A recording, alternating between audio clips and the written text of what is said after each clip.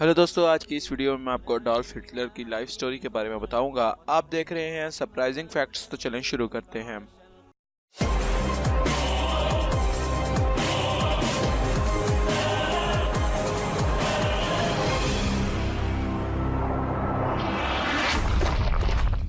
Hitler एक नहायत गरीब घराने से तल्लक रखता था।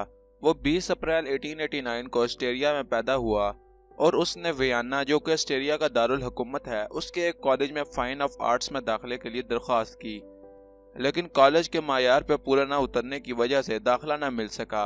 फिर 1913 में हिटलर जर्मनी चला गया और जर्मनी की फौज में एक सिपाही की हैसियत से मुलाजमत कर ली। उसने पहली जंग अजीम में महज एक सिपाही की हैसियत से ही फराई सर अंजाम दिए, क्योंकि उसके अफसरान के नज़दीक हिटलर में कायदाना सलाहियतों की कमी थी, इसलिए मजीद तरक्की ना कर सका। 1919 में हिटलर ने जर्मनी की वर्कर पार्टी में रकनियत हासिल कर ली। ये पार्टी 1920 में national socialist German workers party में तब्दील हो गई। अपनी काबिलियत की बिना पर 1921 में इस पार्टी का चेयरमैन मुंतखब हो गया। फिर आहिस्ता आहिस्ता यह पार्टी मजबूत होती गई और 1930 में जर्मनी की दूसरी बड़ी पार्टी बन गई। फिर 1933 के इलेक्शंस में नाजी पार्टी की अक्सरियत हासिल तो ना कर सकी, लेकिन सबसे बड़ी पार्टी होने के नाते सदर ने हिटलर को हुकूमत तश्कील देने की दावत दी और हिटलर मुल्क के आला तरीन ओहदे चांसलर तक रसाई हासिल कर गया। चांसलर बनने के बाद हिटलर ने अपनी पार्टी नाजी को फरोग दिया और अपने मुखालिफ को ज़ेर करने की हर कोशिश की और अवाम की हमदर्दी हासिल करने के लिए बेरोजगारी का खात्मा किया और बेशुमार तरक्याती कामों का आगाज कर दिया। अपनी कौम को उसने अपनी अहमियत का एहसास दिलाते हुए कहा कि वो दुनिया की अजीम तरीन और फातेह कौम है। इस तरह जर्मनी के लोग हिटलर के गर्विदा हो गए। 1939 में हिटलर ने अपने जारहाना हथकंडे पोलैंड तक बढ़ा दिए, जिसके नतीजे में दूसरी जंग अजीम की नौबत आई।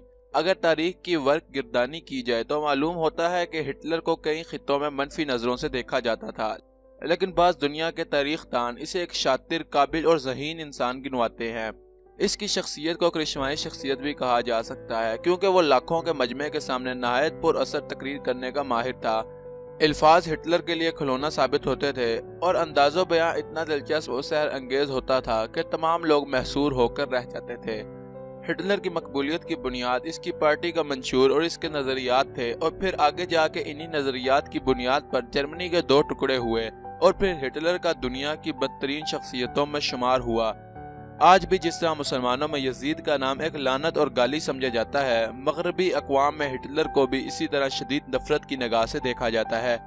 जर्मनी की कौम आज भी अपने अजदाद की गलती पर नादिम है और अक़वाम आलम के सामने तलबगार मायनी बनी हुई है। यहूदियों का कहना है कि हिटलर ने जर्मनी और पोलैंड में तकरीबन 60 लाख यहूदियों का खून किया और इसी नस्ल कुशी को यहूदी होलोकॉस्ट के नाम से याद करते हैं।